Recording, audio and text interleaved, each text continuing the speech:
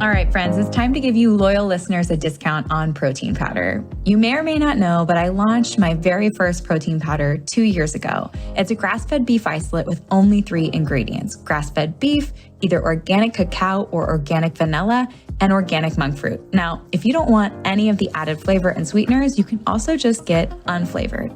And no matter what flavor you choose, you're getting over 23 grams of protein per scoop, which is going to keep you full and satisfied between meals. I love starting my day with a Fab4 smoothie and breaking my fast with that much protein. It makes a serious difference in my cravings and blood sugar balance the rest of the day, and I've seen it with my clients as well. Now, I never thought I'd own a product company, but when I got pregnant with Sebastian, I realized the majority of protein powders were chemically extracted or enzymatically extracted, and I wanted to use heat and water only. I wanted minimal ingredients because we don't need those emulsifiers, fillers, or added vitamins, minerals, and probiotics. All of those additions increase the chances that it's not going to work for your body, whether it be bloating, digestion issues. I just wanted pure, clean protein to keep you full and satisfied so you could build the most delicious Fab4 smoothie. And I have to say, I'm pretty proud of the flavor. If you take a look at our reviews on Amazon, you'll see 5-star reviews for flavor. And that is key, because if you don't love your Fab4 smoothie and you don't love drinking your protein powder, you're not going to do it. It won't become a habit, and it's consistency that outpaces everything. So if you're here and you're listening and you want to give our protein powder a try, use the code PODCAST5 for $5 off your order.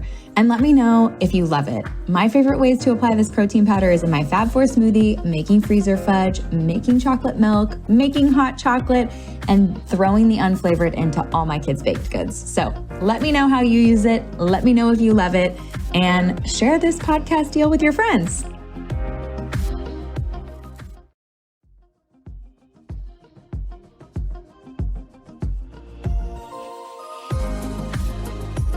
Today's guest is Dr. Pejman Katiraei. Dr. K was born in Iran, where his family eventually fled to avoid persecution. He graduated cum laude with a degree in biology from UCLA, and then went on to obtain his osteopathic medical degree from Western University of Health Sciences. Wanting to understand the root cause of prevalent health issues, Dr. K completed a fellowship under Dr. Andrew Weil at the University of Arizona. Through his own history of health challenges, Dr. K has used hardships as learning experiences and has harnessed his own experiences to better understand biochemistry and address the needs of his little patients. Dr. K became fascinated with studying how adults with chronic health problems often had problems leading back to childhood. He has used his unique education, training, and experience to connect the dots. He believes that the children of today do not have to become sick adults of tomorrow. Dr. K created Wholistic Kids and Families to share this knowledge with all the families who are interested in learning how to raise a healthy child and future adult in a world that is becoming increasingly polluted with chemicals and emotional toxins. It is such a pleasure to welcome Dr. K to the show.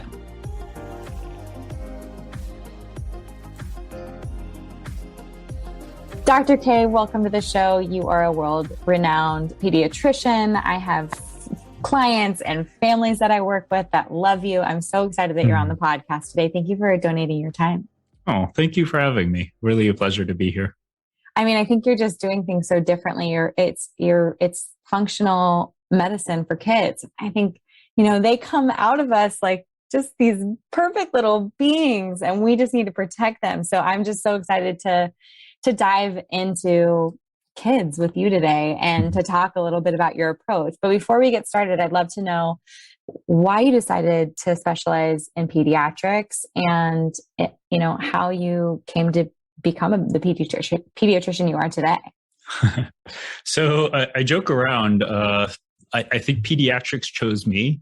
Actually, in medical school, I had reached a point where I thought I was going to leave medicine and actually go into healthcare administration. So I literally lined up like everything from, my residency. I had my letters. I already met the residency folks. Like we had a great relationship. I'd even figured out what to do after residency. And then I did my pediatrics rotation, and literally the first day I got sick as a dog, and I had a fever of 102, but apparently the other doc thought it was still fine for me to be there. So I literally kept going even with fevers. And it was like there were rainbows and unicorns just kind of floating all over the place. I'm like, what is going on? Why is this such a different experience than everything else that I've had? And I mean, instantly I fell in love in working with these children. And, I think the connection that I formed with them, and to this day, every single one of the kids that I interact with, there's like a bond that I form with them. And that bond is really special to me. And it has been, the primary reason that I do everything that I do. And, it's kind of like if I had a distant nephew, how would I want to care for them? And to what extent would I go to help them? And it's not that other pediatricians don't care. I mean, all pediatricians go into pediatrics because they love kids. Like that's why we do this. It's not for the fame. It's not for the glamour. It's not for the money. It's because we love kids. And, I think the only thing that led me in a different direction is, I was that overly curious child. Like my parents caught me trying to disassemble their TV, and I was like, for me, it's like, who wouldn't want to disassemble the TV? You want to see what's in it, right? Yeah. That's just common sense, except it's not. But that curiosity, it stayed with me. And when I was in my training at Loma Linda University, it was a fantastic training, lots of really great teaching. But one of the things that I remember early on was, like medicine works great, but then there are these weird anomalies that make absolutely no sense in medicine, right? And I vividly remember, like, there was this, sweet adolescent Hispanic guy, probably 12, 13. He was playing football, took a slide, got a little cut in his knee. 12 hours later, his knee got a little bit swollen. And then 24 hours later, he was just kind of unconscious. And that's when he came to us. And basically, the bacteria of the cut in his skin got into his joint, got into his blood, got into his abdomen, overwhelmed his abdomen. And the poor boy passed away like 2 days later, despite all we did. Yeah, it was the most horrific thing ever. And, we had a lot of those cases. Being that big hospital, we would get these cases every week or two where you're just like, what the heck is going on? And, in medicine, a lot of times when weird things happen, we just say, well, that was kind of weird. And then we move on, right? People don't sit there and say, well, that was really weird and it made absolutely no sense. How is it that it makes absolutely no sense? Right.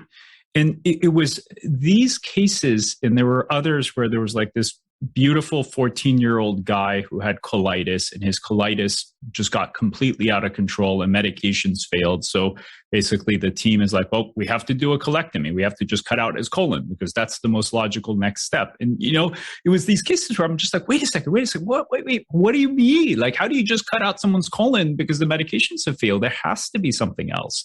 And it was after, 20 times of saying like, there has to be something else, that finally I was like, well, if you guys don't have all the answers, maybe someone else does.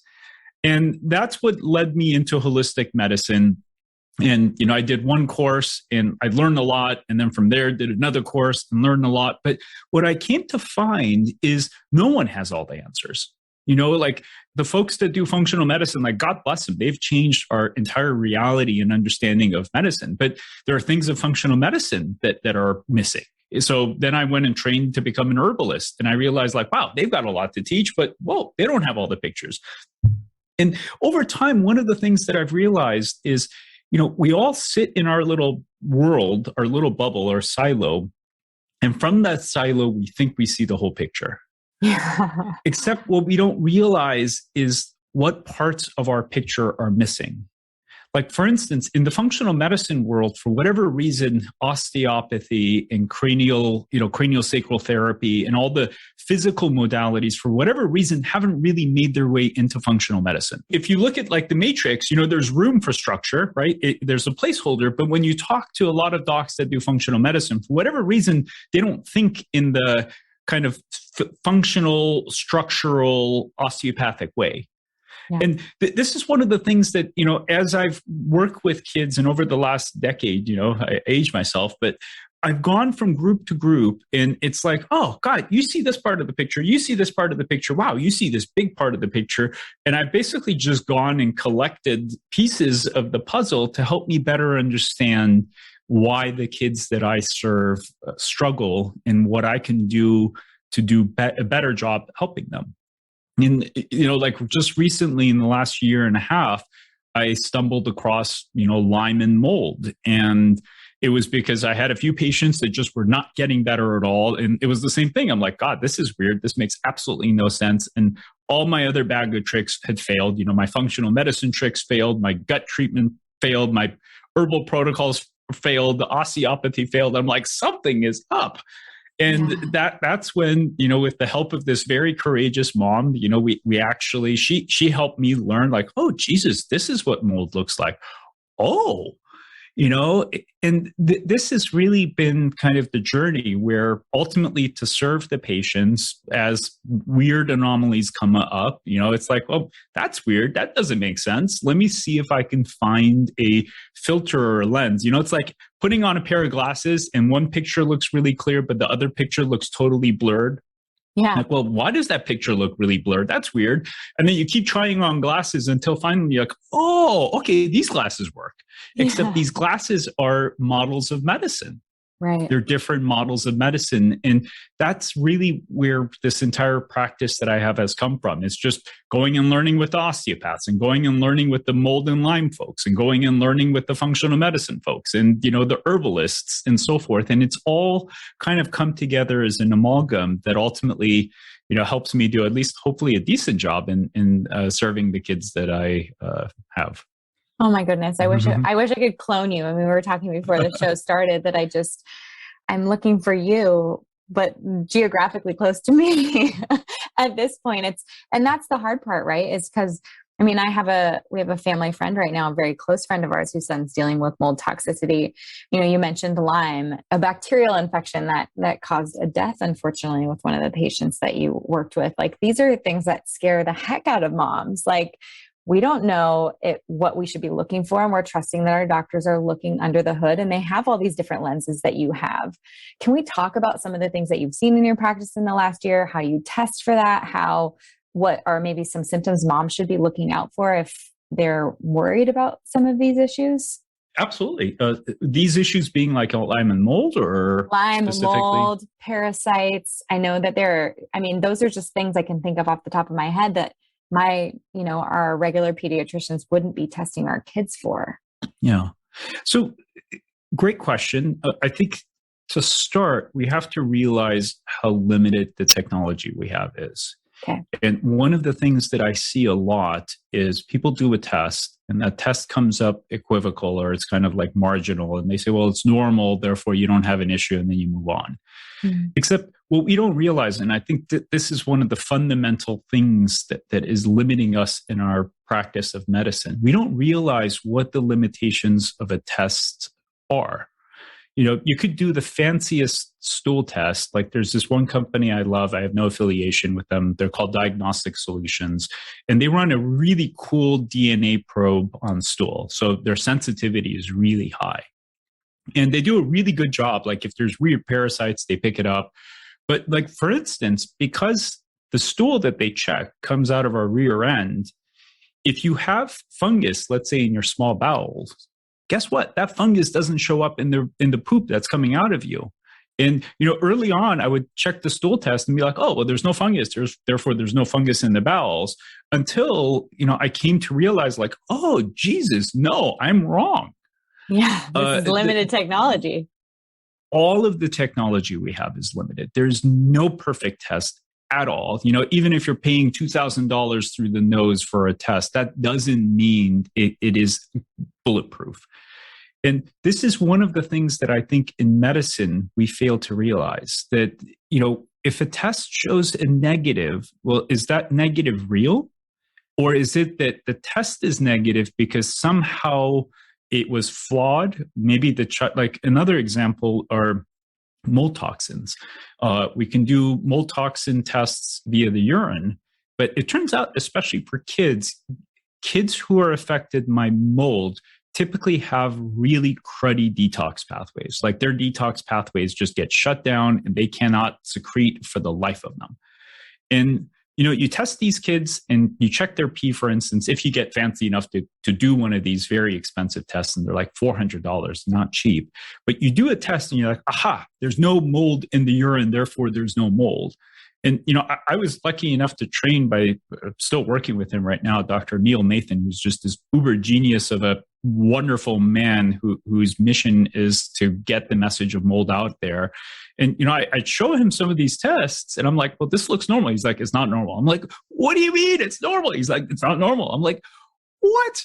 And because he had seen thousands upon thousands of cases, just based on the story of the child, just based on the story of the family, he already knew there was mold. And he was right. After like 3 times of testing and doing treatments, all of a sudden it's like, oh, geez, there's the mold. So I think, where we have to start is by just becoming aware enough to, and I think as parents, the first place to start is to honor your own instincts. And as physicians, one of the things that we do too often is to discount the concerns and thoughts of families. The parent, the mommy instincts, the daddy instincts, they're like, something is wrong. But, in the physician's world who, most, regular doctors, I mean, these poor folks have 5 minutes to think about someone, right? So you share a weird story to them and in their brain, instantaneously, nothing comes up. And they say, well, it's normal. Or they do a blood test for mold. And of course, a regular blood test isn't going to show anything. And they say, well, the blood test is normal. Your kid is fine. Yeah. So where I would suggest families start is by simply honoring and really staying true to your own instincts. And if your instincts are telling you, hey, there's something wrong. I don't know what the hell this something is, but there's something wrong. Honor that and stay with it. And, keep searching and keep digging because the answers will come. The answers will ultimately come, but it has to start with hopefully physicians also becoming more curious to say, this is kind of weird. I don't know what the hell this is, but it's kind of weird. And through that, then we open doors until we get to a place of understanding. And to this day, I'm still, there are times I'm like, God, that's weird. I don't know what the heck that is. Let's keep digging. And, every now and then, I get informed by my patients because I'm like, oh, I didn't think about that, But that is probably the most impressive and important thing, if I can leave the families with, is that we don't always need to have the answers right away. It's really staying curious, staying open, and being present to, no, there is something wrong. This isn't just something we brush under the rug. There's something wrong. And that's one of the things that I see with a lot of our families. Like when they come to see me, after I talk to them, they look at me, they're like, you're the first person we've talked to that has actually listened to us, which is really sad. And, part of why that's so sad is most poor doctors, we've created a system where they have zero time to think or listen. We've put them in a box. These poor doctors are, running around like mad, and it's not to fault them. I mean, if there's anything to place blame on, it's the system we've created, where doctors really have no other option to be the way they are. But I'm really lucky and blessed to be in a practice, that I had to create because I didn't have any other option, where I do have the luxury of time. And through that luxury of time, I have, an hour and a half to ask every single weird question that you can imagine to start understanding what's going on.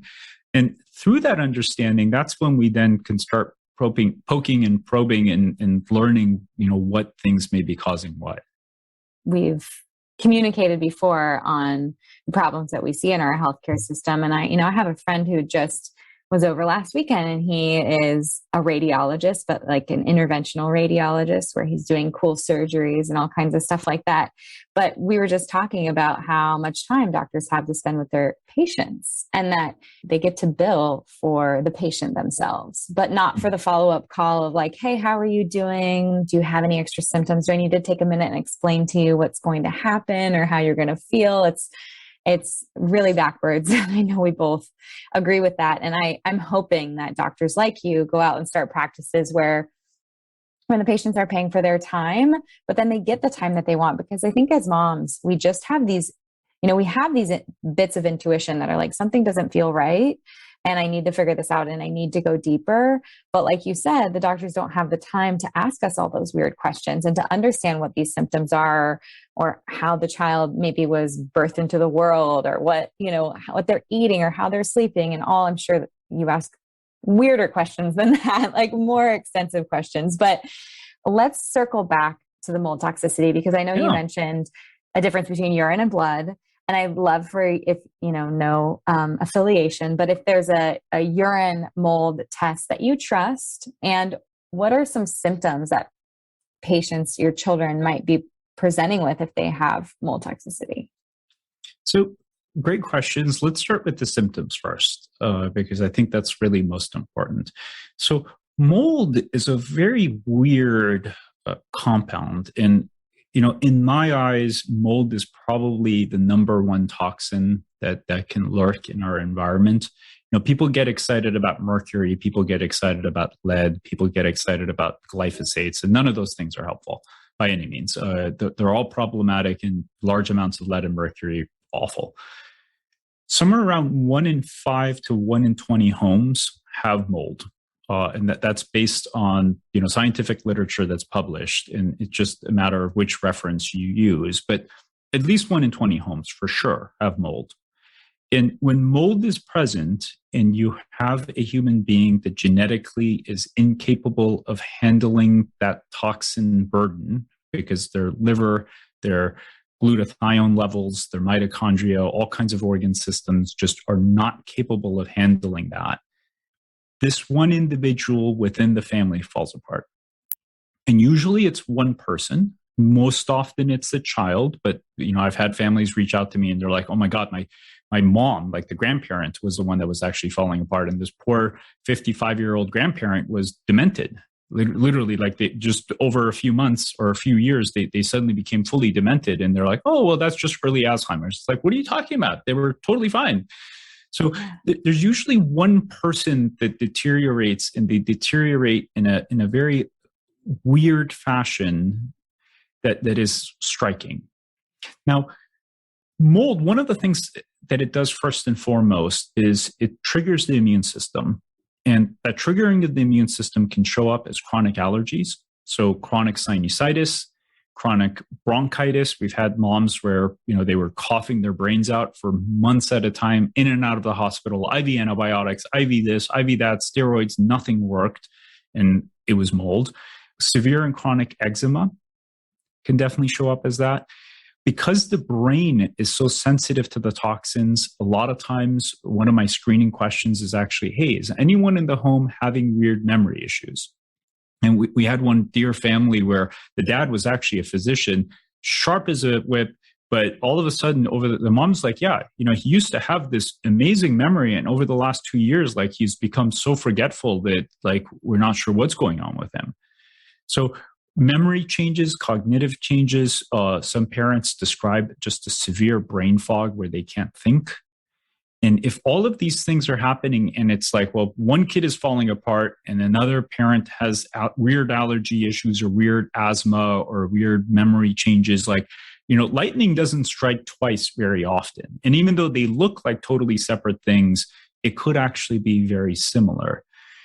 Now, in children, one of the things that I see is a lot of times there are weird behavioral cognitive changes. And how this shows up is extreme aggression, uncontrolled, so volatility, emotional volatility. And this is where the PANS and PANDAS world comes in. So the pediatric acute onset neuropsychiatric syndrome, as they call it, PANS, is basically the brain is on fire. So something is attacking the brain, something is causing inflammation in the brain. And the best analogy I give to our families is imagine someone's pouring cayenne pepper in your brain. So if you can imagine what cayenne pepper in your brain feels like, and you'd probably be flipping out of your head too if that was happening. And that's, in a sense, figuratively, what these kids are experiencing. They lose emotional control. So literally, one of the terms that families use all the time is, "Yeah, my kid goes from Dr. Jekyll to Mr. Hyde." Like they just flip out of their mind, and it is completely illogical. And this is one of the things that parents are like, "Well, are they in control?" I'm like, no. If you actually look, these kids have zero control over their impulses and over their emotions, which is different than kids that act out. Because when kids are tantruming, when there's something going on in the home, you can see, even at an unconscious level, there's a little bit of intentionality. There's a controlled element to the behaviors. And the behaviors will show up in one setting, but not at all in other settings, where these kids are usually flipping out of their heads in most settings, minus maybe a school setting when they're around their friends with the peer pressure. So you get these weird emotional changes. You get this weird dysregulation. And the emotions can also come from strep. They can come from mycoplasma. They can come from viruses. They can come from Lyme. But one of the things that's been really disturbing to me is how prevalent the mold is in this picture and how often it gets missed, because it is so absolutely easy to overlook it unless you're kind of paranoid and really looking for it. Mm-hmm. But you get this pattern where now we're all paranoid. No well, hopefully this becomes more of an awareness. Like I'm paranoid because I guess, a lot of these cases land on my doorstep and I'm just like, oh God, another one. Yeah. I think if we become aware and we start at least kind of thinking about these things. And one of the things that I see in some of my colleagues is, they're so quick to jump on strep. And, they'll test a kid for strep and they don't even have strep antibodies, but they'll treat them for strep because, well, you had strep 5 years ago. And then, the families come to see me and then we test. We're like, holy Jesus, how much mold is in there? And then you open up the wall in their bedroom and it's just covered in black mold. Like it's just, like it's an infestation. Right. So it's all really a matter of being open-minded and being mindful enough to say, well, what else could this be? Right. But that's typically how the mold shows up. And one of the differentiators is strep, Lyme, the viruses, mycoplasma, they don't cause memory changes in the adults. You don't get weird allergy issues. And that's one of the things that even the kids, so sometimes you get it in the parents, but these kids also have weird hives that make no sense. They get weird breakouts in their skin. They have a very weird immune system that is illogical, really, at every level. Mm-hmm. Sounds like it's overworked and underpaid. Yes, yes, that's really a good way to put it. So you have a child with mold in your office. You've identified that there's an issue and you see, okay, we have a mold issue. We've identified where it is in the house. They're getting a new, they're moving to a new location or they're getting it cleaned up. What can the child do to upregulate their detoxification pathways? How do you support kids to have good detox pathways in general? So great question. With mold, you have to be really careful. If you push things too fast, these kids fall apart because you go from no detox to, like, early on, I learned this the hard way. I'm like, great, I'm just going to give some glutathione and I'm going to fix everything, until like just the floor gave out from underneath me. And I'm like, oh, I'll never do that again. So we have to be really, really careful. And, especially the mold kids, you have to put on white gloves and you have to have the most ginger of all ginger touches. So with these kids, a lot of times we start with very basic things like probiotics. You use binders of different sorts, from activated charcoal to chlorella. Some people use clays, bind the toxins. The most important thing is really balancing out the immune systems of these kids. And, their immune systems are on fire. And before you can even detox them, you have to bring some sanity back into the immune system, because otherwise chances are they'll react to just about everything you do. So using, various anti-inflammatories to calm down the immune system, and, fish oils, there's this compound called PAEA, which is amazing for calming down the immune system. There are fish oil derivatives that are helpful. Quercetin actually works really well for these kids. So in different forms, quercetin, curcumin, all of these things. And one of the other things that seems to also be very helpful are various antioxidants to help calm down what we call the oxidative stress. So this is basically like cellular damage that's happening. So imagine the cells can rust, right? And oxidative stress is basically cellular rust. So if we can give antioxidants, what they tend to do is actually, by rebalancing cellular function, we start seeing improvements at a global level. And it was through my patients that I learned some of this, because I was using, I don't know if you're familiar with, if I can pronounce this, PQQ pyrroloquinoline, if I can say that correctly. Yeah. So I was, and I took this from the anti-aging world, and this is one of the things that I love doing, like popping into different worlds and be like, oh, what are these guys talking about? And, obviously antioxidants are a really big thing in the anti-aging world. And as I was looking at the patients that I'm serving, I'm like, holy Jesus, these kids have a lot of oxidative stress. And as I started using some of these compounds, what was really impressive to me is that these kids actually responded and they started doing better. So it's really just calming down the system first and foremost and bringing their system into a place of stability. And once you're able to do that, that's when you start then using binders. And, you can do trickles of glutathione and a little bit of vitamin C and NAC and these kinds of things to start supporting detoxification and binding. And the other piece is also then just making sure their environment is clean. If a kid is living in a home, and I can't tell you how many times we've had families get their homes tested, and there is some well-intending inspector. They come, they check the home, you don't have mold, they leave. They have another person come, no, you don't have mold, they leave. And then the third inspector, who finally is a little bit more aggressive, checks, and they're like, I think there's water damage over there. Can I open that wall? They open up the wall and there's black mold everywhere. We had one mom that you'd laugh at this. 2 inspectors out, nothing. And I'm like, you guys have mold. The tests all say there's mold.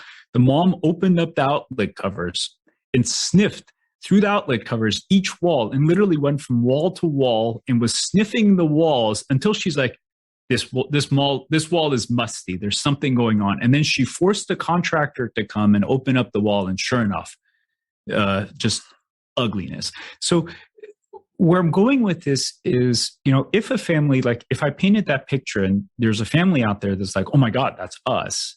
Yeah. You have to be careful about how you ask the questions, because it turns out that environmental mold inspectors follow guidelines where they're looking for catastrophic amounts of mold or signs of overt water damage. And there's funny laws because they don't want to get dragged into court and they don't want their reports to suddenly become a legal kind of thing. So they're following this guideline of, if there's catastrophic damage and there's mold basically seeping out of the walls, you call that mold. And if there's anything less than that, it is not mold. Right. And, we've had times where I looked at the report and literally the family had 60 times the amount of a mold versus the outside garden. And I tell the parents, I'm like, I don't think it's normal for you to have 60 times the level of a given mold versus the dirt outside your garden that gets watered. Right. And they're like, yeah, how did they call that normal? And I'm like, yeah. So it's starting with that healthy suspicion. It starts with trusting our gut. And then through that, then everything else kind of comes into place. I love it. What are we doing? What are we doing in regards to, obviously we're looking to create healthy homes. We're looking to avoid mold. And if we have any suspicion and blood tests or urine tests show that we have mold, then we're opening walls on our own and getting those inspectors to actually see what we see. But what can we do in regards to lifestyle changes, nutrition, sleep, things like that? Are you making those types of recommendations for clients sure. when it comes to detoxification? And Absolutely. What do you think is best? So great sleep, always 100%, no doubt, that goes without saying. What is tricky with the kids is a lot of times these kids have very intense and weird sensory issues. So they eat a total of 3 foods. Usually it's mac and cheese, peanut butter and jelly sandwiches, plus or minus pizza. And because they're so volatile, changing their diet right off the bat actually becomes almost impossible. At the end of the day, to get detox to happen, we need to get good fiber into the diet. And I mean, one of the things I tell the families is, to whatever extent that is humanly possible without completely pissing off your kid, get them to eat some vegetables. I don't care what vegetable it is at this point. We don't care. Just get some fiber, get some vegetables in there, because that fiber alone will be helpful. Mm-hmm. And, we take little baby steps. I mean, in the ideal picture perfect world, which doesn't exist, it would be a gluten-free, dairy-free, sugar-free, low egg, low inflammatory foods, lots and lots of fiber, lots and lots of variety of vegetables, tons of, healthy fish, clean proteins, some, like the anti-inflammatory diet that we all know. And I'm sure you've all your audience members know this because they follow you. Like that would be my dream. So big right now. that would be my dream. I wish this was on video because people would be like, she's just like staring at him smiling while you say this, because I love to hear you say that. I feel like, the supplements are so important, and you're talking about adding curcumin and these like really powerful antioxidants and phytochemicals, and starting slow by all means. Absolutely. Because if the kid's already on the mac and cheese train, it's really hard to get them off of it. But it's so refreshing to hear you talk about real foods, as a way to do it. Yeah, it's critical. It's absolutely critical. But I've also learned I have to meet the families where they are, or at least meet the kids where they are. And, my dream version of the ideal diet and the reality that the family and kid live in have to be one. Otherwise, we fail. Right. But, to kind of add value to what you're bringing up, like a lot of these kids have all kinds of weird gut issues, from all of them have dysbiosis. All of them have messed up bacteria. Sometimes we find fungus in the stool, but again, because we're checking, the rear end, sometimes we miss it. But they all have fungal overgrowth, usually in their small bowels or kind of higher up. So a healthy diet that is low inflammatory, just by its nature, will start rebalancing the microflora, right? And it'll start dropping the inflammatory response in the gut, and we'll start building up the gut in a healthy way that'll ultimately be helpful. Well, you touched on the fact that a lot of these kids have sensory issues, and I'd like to kind of go off this path and move into another, which is kids who deal with anxiety and, stress at such a young age. Like I can even sometimes see anxiety in Sebastian for certain things. And I know he's a toddler and it's a big world and we're doing big things, but what are you seeing in regards to your practice where there's anxiety, social anxiety, ADHD, an ability to concentrate or an ability to be in loud, crowded spaces? Like, how do you work with those types of patients? Great question. And thank you for bringing this up. Let's kind of paint a picture around this first, because I think most people have no idea, one, what this means, and two, how prevalent it is. So the studies that are out there, specifically about ADHD, say that upwards of 60% of kids who have ADHD have an error in how their brains process the information from the world around them. I want to start here because we take for granted that we're just in our bodies and our bodies work and our brains work and everything is perfect, and you don't even think about it, right? We are who we are how we are, and that's it. It turns out that is probably the furthest from the truth. And somewhere probably around 1 in 10 people actually never have the way their brains get wired. That wiring doesn't happen very efficiently. So ultimately, our brains have to take all of the information in from our senses, right? Our balance, our sight, our hearing,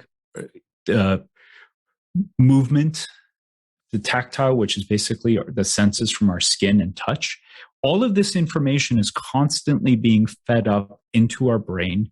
And then our brain has to take this information, organize it, and then make sense of it to help us know where the hell we are in time, space, and location, plus all of the stuff that's coming in from our eyes and ears, right? There's a flood of information coming in all the time. Now, imagine if there are little glitches in these pathways and this high data throughput, this big bandwidth of a wire of data just flowing into our brain is a little glitchy. Not massively glitchy, but it's glitchy. And all of a sudden, information doesn't get organized the right way. It doesn't get processed the right way. If too much information comes in, like the system just kind of shuts down because it's like, I can't handle this. When you look at it in that way, and then you look at some kids who are totally fine at home, when it's nice and quiet, they're playing by themselves, they're totally cool. You put them into a crowded space. Let's say, now with COVID again raging, who knows what's going to happen, but with like birthday parties, you take a 4-year-old, you put them in a crowded indoor gym. They're singing happy birthday. Everyone's singing happy birthday at the same time. And then there's this 4-year-old that's like shutting down. And I mean, I can speak to this because I'm not 4 years old anymore. Sometimes I feel that way. But there are times that if I'm in a really loud, crowded indoor space, after an hour and a half, I'm just like, I got to get the heck out of here. Like I'm taxed. And we call these people highly sensitive people. And that term is true, but we don't ever ask, well, what the hell causes the person who is sensitive to shut down? And my experience is very mild. I know there are adults out there that cannot go into loud, crowded spaces because it's just completely overwhelming to them. Mm-hmm. And that overwhelm, whether it's in a 3-year-old or a 55-year-old, is actually a disorder in how we process information from the world around us. And it can show up as anxiety. So it can show up as social anxiety, because if you're in an environment where there's just too much going on, you get completely overwhelmed. Again, there's the kind of like little sparks are flying out of your head because your brain is overloaded. Little kids will avoid playgrounds. They'll avoid really loud, crowded spaces. And that's one of the big differentiating factors. Where environmental stimuli goes up, the system shuts down, the person shuts down. And, the really cool thing is that all of this can actually be rewired. It can be addressed. I'll give you an example of my daughter, because when she was 3, like we would have family over, we would go to parties. Her own birthday, when people started singing happy birthday, she completely lost her mind and just started like full-fledged crying. We literally couldn't take her most places without being afraid of her kind of being bothered. If you went to birthday parties, even up until 9 months ago, she would get really stressed out. Like there was one time we were at my family's and there was like 30 of us there. And then I looked and my daughter was like huddled in a ball under a table. It was the saddest thing. And she was just like shaking. I'm like, what's going on, sweetheart? Are you scared? She's like, yeah, I'm scared. And I mean, it wasn't, there were scary people. She knew everyone, but just when you throw 30 Persians together and we're all talking at the same time, it's really intense. Yeah. And one of the things that was most amazing is we finally put her in occupational therapy, and we did it consistently for a good 6 months. And then we had this party for my wife's birthday, and it was chaos. And then we look, and she's in the middle of the crowd dancing. Literally 6 months later, the same girl that was huddled under a table is in the middle of the crowd dancing with people screaming and loud music, and she's having the best time of her life. And we're just like, are you the same little girl? And people are like, well, they grow up. Kids don't transform in 6 months in that way. That's actually physiologically impossible. But the work that these wonderful therapists do, and it turns out that, there are people that do this for adults, by rewiring the brain, we actually change our experience through our sensory pathways, which then changes our experience of the world. And, the ADHD that we call, where kids are constantly, they've got ants in their pants and they can't sit still. The reason why these kids can't sit still is when they sit still, they actually feel disoriented. So that constant movement, this, craziness that they do, Johnny that can't sit down at the dinner table and he's constantly getting up and moving, they're activating their sensory pathways to actually feel grounded in their body. They're doing it intentionally because that movement helps them feel normal, except we get pissed off at them because we're like, why aren't you sitting down? You need to sit down. And these are the things that we completely overlook. Same thing with mold, right? Like we fail to see this because we're like, oh, well, that's just ADHD and we just give him medication and he's going to sit down. Yeah, if you put stimulants, you give stimulants to anyone, they'll be so hyper-focused you can sit down for 15 hours and not move, right? It doesn't address why in God's good earth this person is having the issue. And if Johnny's brain is listening to the clock ticking, listening to his friend tapping his pencil on the table, watching the bird outside and somehow trying to pay attention to the teacher at the same time while they're constantly moving, well, of course they're not going to learn. Like it's obvious. And these are the things that we need to have more conversations about, because we just jump to the conclusion of, well, this is just ADHD, we medicate. Except what happens when that individual that we've given the medication to is now 25 and they decide to come off the medication because they're sick and tired of taking it? What happens to them then? Because the ADHD is still there. The sensory processing issues are still there. And when you look in the literature, the really sad thing is we find that kids who have the more intense versions of ADHD, which are probably these sensory issues, are the kids who drop out of school. They are less likely to go to college. The really sad cases, their risk of incarceration is actually much higher. And part of why I do this and part of why I was excited to be here is these are the things we don't think about. And when a child can't focus, they can't learn, they're constantly moving, someone's constantly screaming at them, sit still, why aren't you sitting still? Their self-esteem and their own value of self goes down into the toilet. And after a while, they just come to believe, well, I'm just dumb. I just can't behave. I just, same thing with the kids with mold who can't manage their own regulation. Ultimately, what we say, well, this kid has an oppositional defiant disorder. This kid has OCD. This kid has this. And then the kids come to believe, well, I'm just the bad kid. I'm the kid that just acts out. I'm the kid that's dumb. I mean, literally, I've had kids that are like, you think I'm dumb?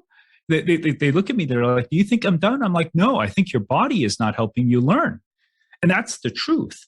The truth is that there are things happening within our system, within these kids' brains, within their neurology, within their physiology that is causing these kids to falter in their ability to regulate themselves and their ability to learn. And we're completely missing it.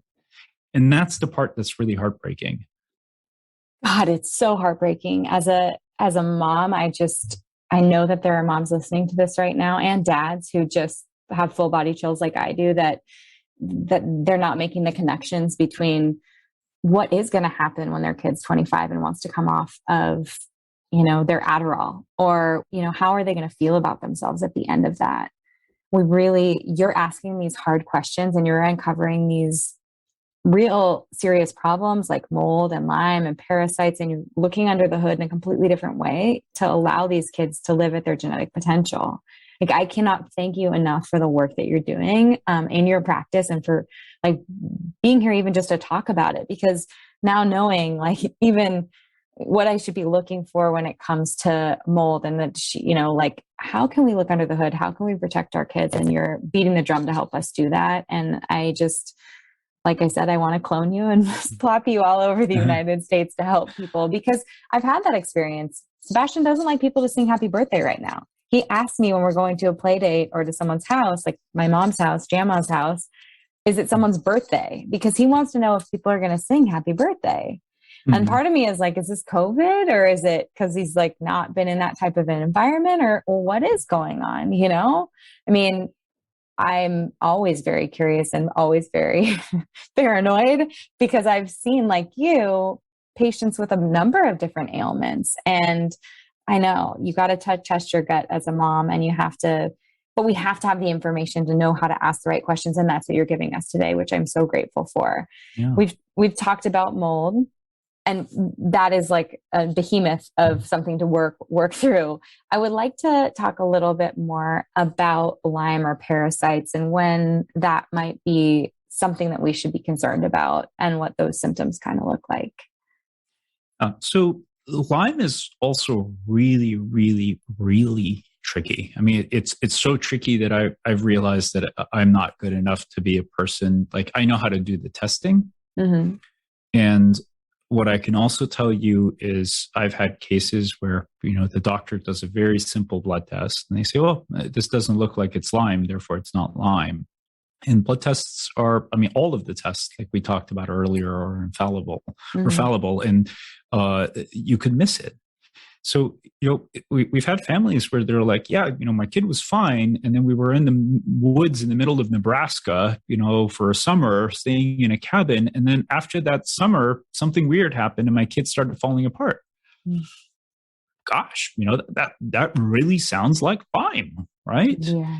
So I think it starts with a very healthy just curiosity and lining things up in terms of, how did the story go? And, if the suspicion is there, that's where, finding someone who specializes in Lyme, and these docs are all over the place. And, God bless them for the work they do, because it's really hard work. They have much more specific and sensitive tests that can actually pick up Lyme, where sometimes it can be overlooked. And then if it's there, then doing the right treatment to clear it. But Lyme can show up also in all kinds of unusual ways, from immunological issues. We had a little guy who's 6 recently who had a form of Bell's palsy, where all of a sudden, like, half his face was going flaccid, and God bless the radiologist who looked at the MRI, and they're like, I see a little weirdness in this nerve. It could be indicative of Lyme. And sure enough, he had Lyme. But it can cause immune deficiency. It can cause Lyme, and Lyme co-infections can do this weird thing where there's this weird blood sugar or blood pressure control POTS, where people just drop their blood pressure for no reason. And, they're lightheaded, they're weak, they're chronically fatigued. In children, it can show up as learning and behavioral problems. So again, it's really just asking the questions and kind of having that healthy suspicion. And for parasites, certain parasites we see very commonly, like Dientamoeba fragilis. Like, when I test, I'd say 60% of people have it. And, in the times in the past when I was really aggressive at treating it, what I would tend to find is I would create a bigger mess than I would solve. Now, at the same time, there are kids who have weird eczema and weird allergies and weird reactions, and everyone's got testing for everything. And then, it's the same thing. Like, one of the questions that I love to ask is, has your kid ever gone swimming in a natural body of water?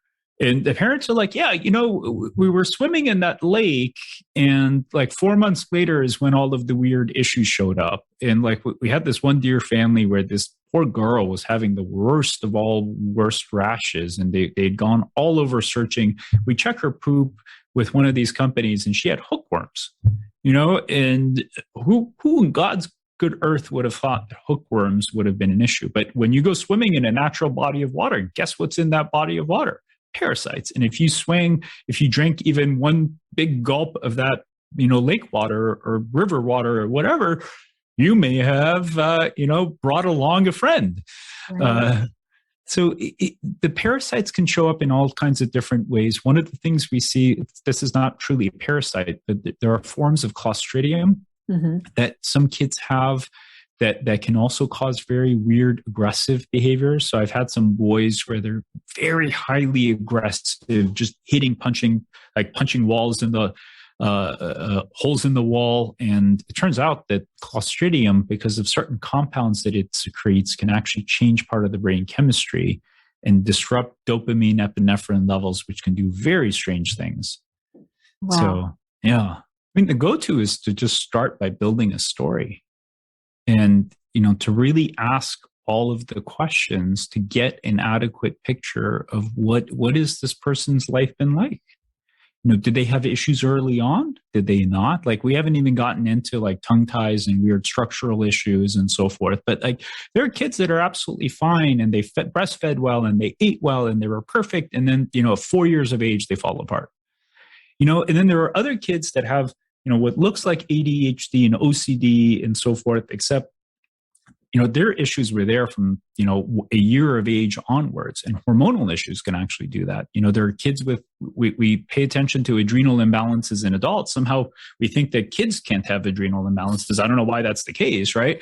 Like, kids are human beings. They have adrenal glands. Like, they can also have adrenal issues. In fact, I think adrenal issues are more common in kids than adults, because kids produce most of their hormones through their adrenal glands. Yeah. And this is one of the things we don't think about. Like, yeah, they've got testicles and ovaries, but those organs are not very active. Their adrenal glands are what are producing a lot of the hormones that they use to grow. And we just think, well, yeah, but kids don't really have adrenal issues. No, they really can. So it's really building the story and painting a picture of how things went. What was their birth like? What was pregnancy like? Was mom exposed to mold during her pregnancy? Like building a story, and because that story is what tells us where we need to go. And one of the things I wanted to share, because my frustration has been I can only see X number of people, and I can't serve enough people, and it takes me too damn long to do what I do. Yeah. To get a full picture is an hour and a half of talking and questioning, and that ultimately is very limiting. And as time has passed, and I'm kind of getting to a point in my life where I'm just like, well, what can I do to really serve these kids and these families? What dawned on me is like everything that I do is just recognizing patterns. All I do is I ask questions, and through the questions I get answers, and then I put those answers together, and then there's a pattern that emerges. And technology is really damn good at that, right? You need a bot, a Dr. K bot. So that's actually what we're building. Amazing. Yeah. My partner and I, he's this tech wizard who loves, complex technology, and God bless him because I hate technology.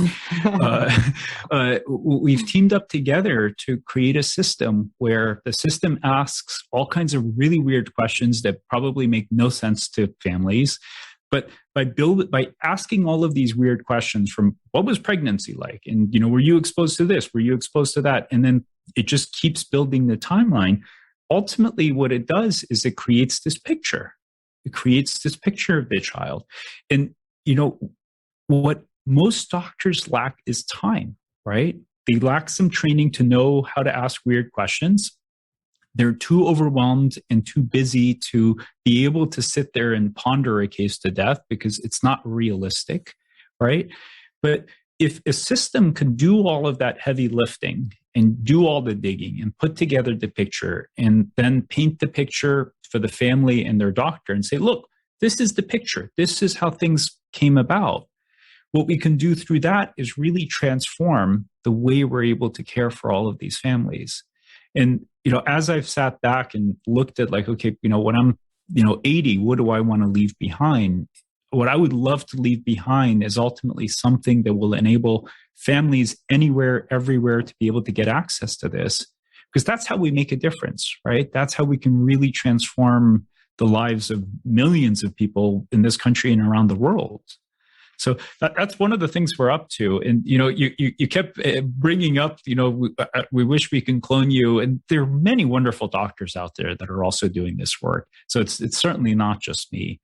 But there's still too few of us. There's still way too few of us. And because it takes us all way too damn long to do what we do, we see maybe like 5 new people a week if we're lucky, which is nothing. Like you can't make a dent in the world with that.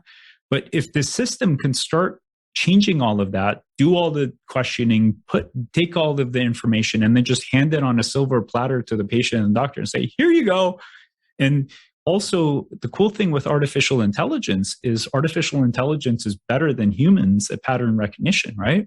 Mm-hmm. That's all it does. And my goal is to basically create a system that can make me look like a fool. And in 2 years' time, I'll look at them like, God, I feel so stupid in comparison to this system. That's what I want to do. I want to put myself out of work. I love it. Where will this live, and how will we get access to it? So the system is called Wholistic Minds with a W. And hopefully we're right in the process of getting a beta system up and running that we can start testing. And we're actually really close to that. And hopefully in 6 to 12 months' time, we'll actually have a real system that we can, share with the public. So they can actually look at it. But the website is there. It's not the best looking website, and there are things we need to work on, but it's there. So WHOLISTICMINDS, Wholistic Minds. And then on my Wholistic Kids Instagram, there's stories that I'm sharing. And when the time is right, we'll actually do the full reveal there. But we need to change things, right? We need to make the world a better place. And we need to make information more accessible, more easily for everyone. Well, you're doing that.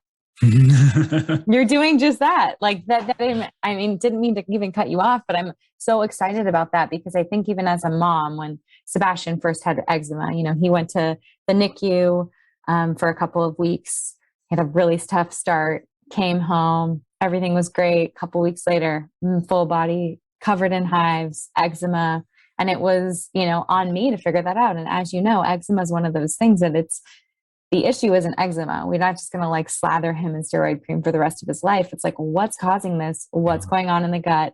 What is he intolerant to? Like, how do I calm this body of this flaming inflammatory body to heal that? And it was a long process for me. And, this is my work. And like working with clients who have skin issues and gut issues and working with doctors like yourself and like taking in all of that information, it was, it's definitely a test in my patients and very emotional for me because it just brought to light exactly what all my patients feel when they have something going on that we can't get to the bottom of. It's like the most frustrating thing. So this AI and technology that you're creating it speeds up the process of us being able to help people, which is just so brilliant and so needed. So thank you for that. Of course, you're most welcome. Yeah, it's time. It's time. And the part that makes this even more exciting is this doesn't become a thing about me. There's a dear, dear friend of mine. I don't know if you've ever heard of him, Elroy Wojdani. So his father, who's Aristo Wojdani, is the kind of grandfather of functional immunology. So for all you folks that have done the food sensitivity tests, he's the genius that 20 plus years ago created that. The Cyrix tests, a lot of those, his father has actually helped. So, like one of the things that's really exciting about what we're doing is this isn't just a conversation about me. I'm just some little, peon in my little bubble.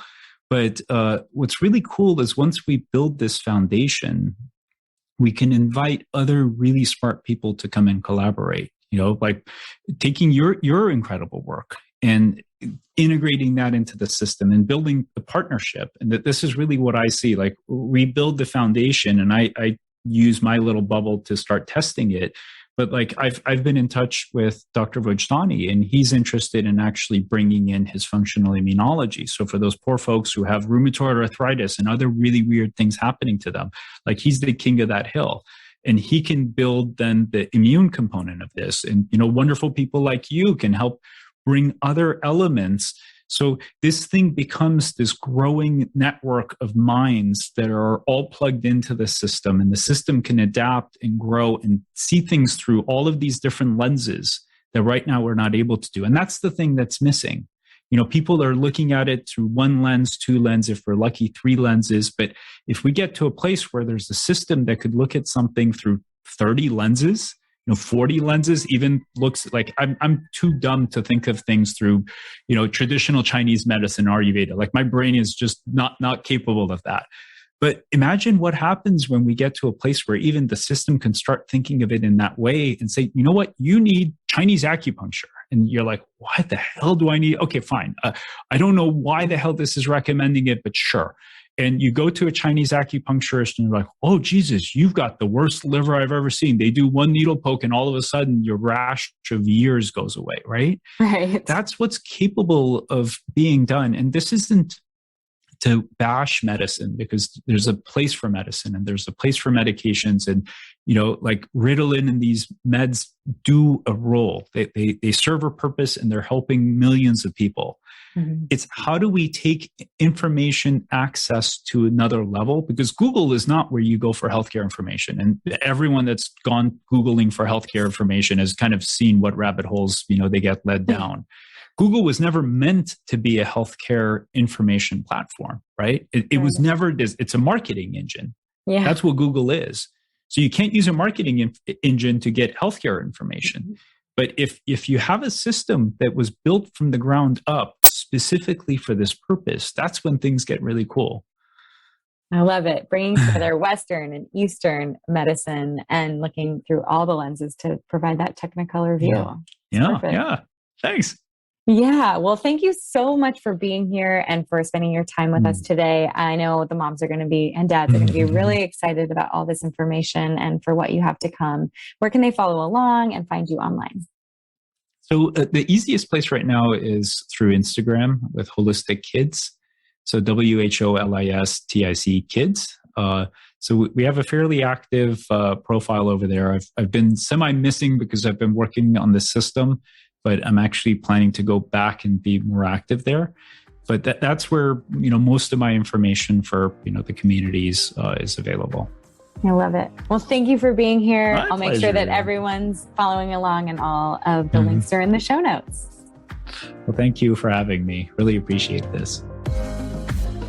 Thank you for listening to Be Well by Kelly. Please subscribe to the show on Apple Podcasts, Spotify, or wherever you listen to podcasts. Learn more at bewellbykelly.com and follow me on Instagram at bewellbykelly. I would love if you picked up my books, Body Love and Body Love Every Day. They're sold on Amazon and at all major booksellers.